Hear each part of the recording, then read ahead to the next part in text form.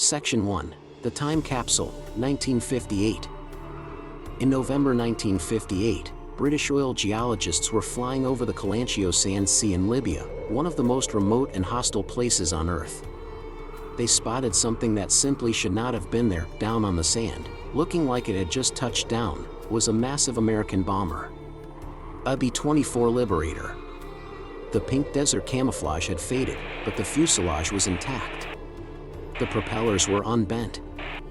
When they finally reached the wreck on the ground, the level of preservation was haunting. The desert air is so dry that it stops decay entirely. Inside the cockpit, the instruments were pristine.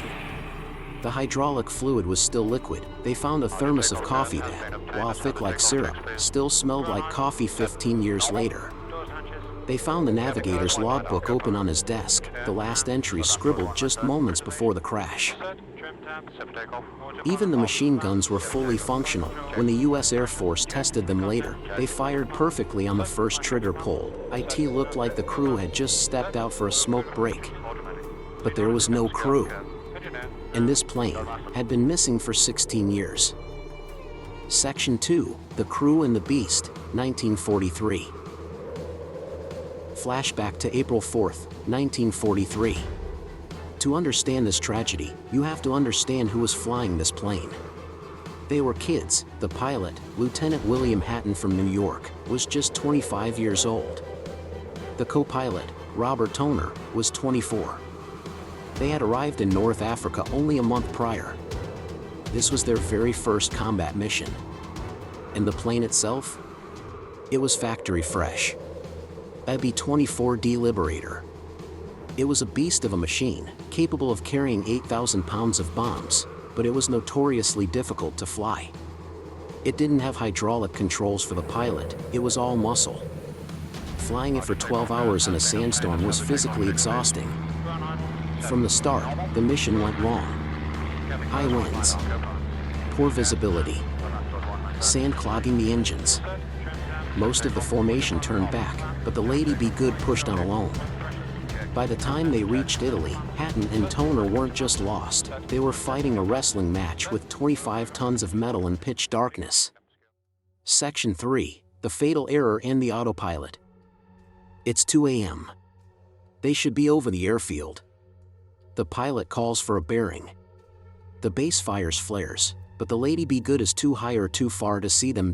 So how did they get so lost? The B-24's radio compass had a fatal flaw. It could tell you where a signal was coming from, but not which direction. The needle pointed them on a direct line, and they assumed it was pointing forward, leading them home. In reality, the needle was pointing backward. They had already flown over the base hours ago. They were flying away from safety at 200 miles per hour, following a ghost signal deeper into the Sahara, thinking they were over the Mediterranean Sea and out of fuel. The order was given, bail out. One by one, the 9 men jumped into the darkness. When they left, the pilot set the Sperry C-1 autopilot. This primitive computer kept the wings level. As the fuel ran out, the engines died one by one. But because the crew had jumped, the plane was lighter. Instead of nosediving, the autopilot glided the massive bomber down to a gentle belly landing on a flat gravel plain. It landed itself perfectly. Section 4. The 85-mile march. The crew regrouped on the ground. They were alive. But they made a tragic assumption. They still believed they were close to the coast.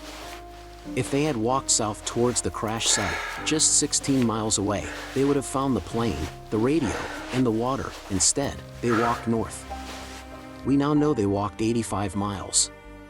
To put that in perspective, that is like walking from New York City to Philadelphia, on sand, with half a canteen of water per man. Lieutenant Toner kept a diary that was found in his pocket. It captures the slow descent into hopelessness. April 5th, start walking NW, still no help. April 8th, hit sand dunes, very miserable, good wind but continuous blowing of sand, now very weak. April 9th, Shelley, Rip, Morse separate and try to go for help. The cruelest part? They were hallucinating. They thought they saw the sea shimmering on the horizon, but it was just a heat mirage luring them further into the Calancio Sand Sea, a place the locals called the Devil's Garden. 5 bodies were found 85 miles from the bailout point. The others had pressed on even further, refusing to give up until the very end. They walked farther than anyone thought humanly possible in those conditions. The Lady Be Good wasn't just a ghost plane.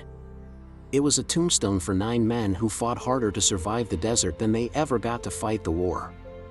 Parts of the plane were eventually recovered, and today, a propeller stands as a memorial at an Air Force base in the US. But for 16 years, the Lady Be Good waited for them in the sand, perfect and untouched, a monument to a mission that never really ended. If you enjoyed this deep dive into history, please like, comment, and subscribe to Cyber-Theo. Check my next video, the Franklin Expedition.